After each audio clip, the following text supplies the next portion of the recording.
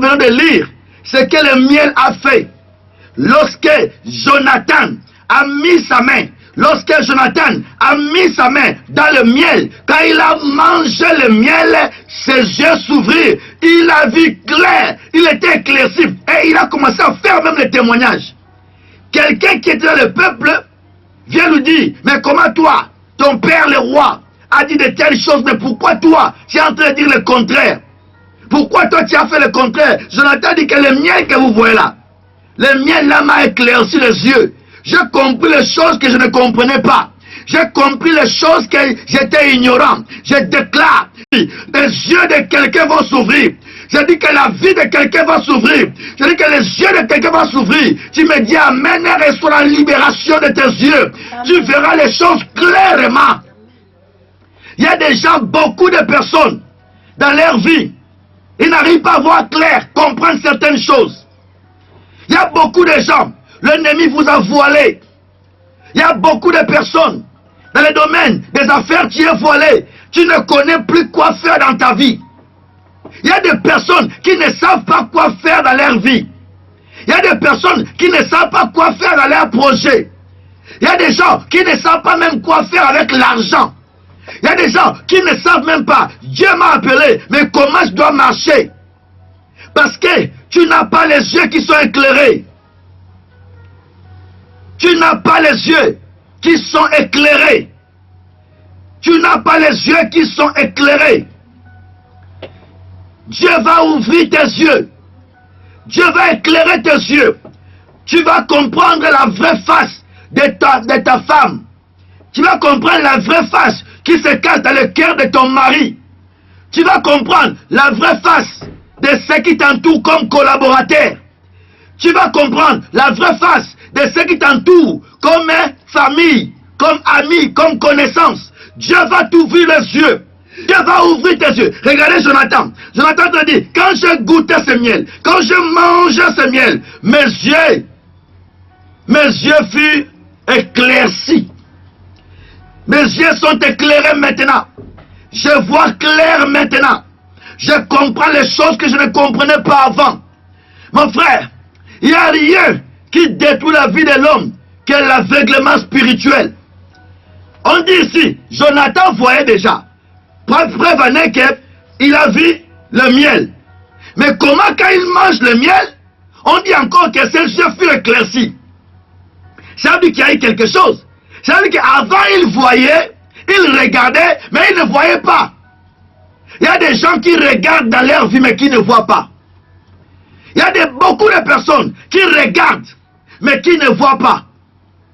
Regarder, c'est bien, mais il faut voir. Voir, c'est comprendre. Il y a des événements qui se passent tout autour de toi. Tant que tes yeux spirituels sont obscurcis, sont voilés, tu ne peux pas comprendre que ces événements-là cachent des prophéties et des révélations que Dieu voulait t'enseigner. Dieu nous parle tantôt d'une manière, tantôt d'une autre. Dieu parle par des rêves, Dieu parle par des songes, Dieu parle par des événements, Dieu parle par la prophétie, Dieu parle par les révélations, Dieu parle par la parole. Mais beaucoup de gens réussissent pour leur vie parce qu'ils n'arrivent pas à saisir la parole de Dieu par des événements. Dieu peut te parler par des circonstances. Si tu as les yeux pour regarder et voir, tu vas comprendre quel est le message que Dieu te donne. Beaucoup des autorités n'ont que la science et l'intelligence humaine, mais ils n'arrivent pas à voir comme Dieu veut qu'ils voient. Beaucoup de maris n'ont que leur autorité pour imposer sur les enfants, pour imposer sur leurs femmes, mais ils n'ont pas les yeux pour voir ce que Dieu veut qu'ils voient dans la vie de leur famille. Beaucoup de papas n'imposent que leur autorité sans connaître ce que Dieu veut qu'ils voient dans ce que les enfants font. Beaucoup de femmes n'ont que leur bouche pour parler, mais ils n'ont pas les yeux pour voir les événements, les circonstances, pour connaître la direction de Dieu dans ce qui se passe. Beaucoup de pasteurs aujourd'hui prêchent seulement par rapport à ce que la Bible dit, noir sur blanc. Beaucoup de pasteurs, ils oublient. La Bible dit, les Écritures tuent, mais l'Esprit vivifie. Les Écritures tuent, mais l'Esprit vivifie. On n'a pas seulement à lire, mais on a à méditer. Et dans ce que nous lisons, on a à comprendre quelle est la volonté cachée de Dieu. Quelle est la volonté de Dieu dans ce message que nous lisons. Frères et sœurs, lorsque nous prêchons la parole sans la révélation, sans voir ce que Dieu nous dit dans ce que nous lisons, on ne peut pas changer un peuple. On ne peut pas changer un peuple. La Bible que vous avez, chers pasteurs, chers prophètes, chers bishops, chers archevêques, la Bible que vous lisez, sachez-le bien, la même Bible se retrouve dans les maisons de brebis. La même Bible là se retrouve dans les maisons de brebis. Les brebis ont leur Bible aussi. Mais ils attendent qui va leur parler de ce que la volonté de Dieu est cachée dans les Écritures. La volonté de Dieu cachée dans les Écritures. Parce que tu peux lire sans comprendre. La Bible dit, les Niques éthiopiens, ils lisaient. Les Niques éthiopiens, ils lisaient, mais ils ne comprenaient pas. Il fallait que Philippe vienne pour révéler à les Niques éthiopiens ce qu'ils lisaient. Ça signifiait quoi? Donc un pasteur ne doit pas s'arrêter à lire et à prêcher ce qu'il lit là, mais il doit connaître dans ce qu'il lit quelle est la volonté cachée de Dieu, quelle est la révélation qui émane de ces Écritures. C'est ça qui sauve. Et je vous signalerai aussi que dans les maisons des marabouts d'Nganga, les maisons des occultistes, il y a la Bible aussi. Dans la maison des païens, il y a aussi la Bible. Tout le monde peut avoir la Bible, mais tout le monde ne comprend pas les directives. Tout le monde ne comprend pas la révélation. Tout le monde ne connaît pas ce qui est caché. Alors il faut la révélation. Alors beaucoup de gens, dans notre époque, se limitent dans les livres, ce que les livres disent. Beaucoup de gens se limitent dans ce que les Écritures disent.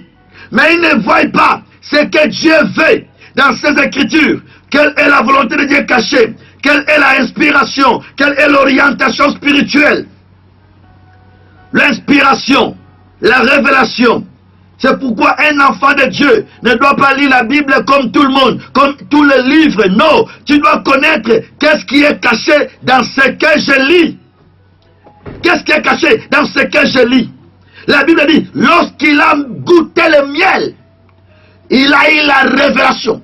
Lorsqu'il a goûté le miel, il a eu l'éclairage des choses qu'il ne comprenait pas, que son père faisait, des choses qu'il ne comprenait pas, que dans son royaume ça s'est passé, les choses qu'il ne comprenait pas. Il ne comprenait. C'est pourquoi je l'ai remarqué, à cause de ce que les yeux de Jonathan s'étaient ouverts, de ce que ses yeux étaient éclaircis, Jonathan a compris et il a fait la différence entre son père, le roi Saül, et David, le nouveau roi. Aucun enfant ne peut abandonner son père pour aller favoriser les ennemis de son père. Aucun enfant. Mais quand tu vois un enfant d'un roi, quand tu vois ton enfant commence à encourager tes ennemis, c'est qu'il y a quelque chose qui se passe. Ou bien l'enfant est devenu sorcier, ou encore l'enfant a compris qui tu es, vrai. Je répète, quand tu vois un de tes enfants, quand tu vois un enfant trahir son père, quand tu vois un enfant trahir son père pour aller auprès de ses ennemis, parce que David était l'ennemi du roi Saül. David était l'ennemi du roi Saül. Saül voulait tuer David. Mais la Bible dit, qui disait à David le mauvais plan de Saül? C'est lui-même Jonathan, son propre fils. Là, Jonathan, le fils de Saül, le roi. Mais comment le fils de quelqu'un peut aller dire à l'ennemi de son père que mon père veut te tuer, mon père veut faire ceci? C'est-à-dire que l'enfant là avait connu quelque chose. Il avait compris quelque chose. L'enfant Jonathan avait compris déjà que son père était rejeté, que son père, le roi David et le roi Saül, n'étaient plus un bon roi. L'enfant avait compris que son père n'était plus sur le trône spirituellement. Il avait compris que son père n'était pas dans le bon. C'est pourquoi, comme ses yeux étaient ouverts, il est parti voir celui que Dieu avait choisi. Il est parti voir celui que Dieu avait établi. Il est parti voir celui qui était l'homme selon le cœur de Dieu, qui était le roi David. Donc, je disais, il y a des choses pour connaître qu'il y a un problème. Quand tu vois ceux qui t'entourent, les gens qui t'entourent, quand tu vois les gens qui t'entourent, tes collaborateurs commencent à te quitter. Quand tu remarques que tes collaborateurs commencent à te quitter, quand tu remarques ta femme te quitte, ton mari commence à te négliger ou t'abandonner, quand tu vois tes enfants commencent à se soulever contre toi, quand tu vois tout autour de toi, la trahison commence. Ne te fâche pas vite, mais pose-toi la question, qu'est-ce qui se passe dans ma vie? Qu'est-ce qui se passe dans ma vie? Qu'est-ce que je ne comprends pas? Quand tu vois ta femme se fâche, ton mari commence à se fâcher contre toi, quand tu vois tes collaborateurs, quand tu vois tes serviteurs, quand tu vois ton entourage, quand tu vois les gens qui t'aimaient, les gens qui t'encourageaient, commencent à s'éloigner de toi, pose-toi la question, ne te fâche pas vite. Pose-toi la question, qu'est-ce qui se passe? Où Satan est entré dans leur cœur pour te détruire. Parce que Satan ne part pas loin.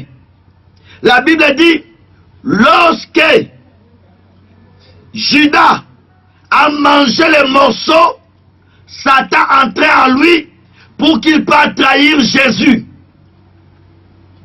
Donc où Satan utilise les gens qui t'entourent pour te faire du mal, où Satan a pris leur cœur pour te faire du mal, où tes enfants sont devenus les sorciers, où ta femme, Satan a pris son cœur, où ton mari, Satan a pris son cœur, où tes collaborateurs, Satan les utilise pour te faire du mal.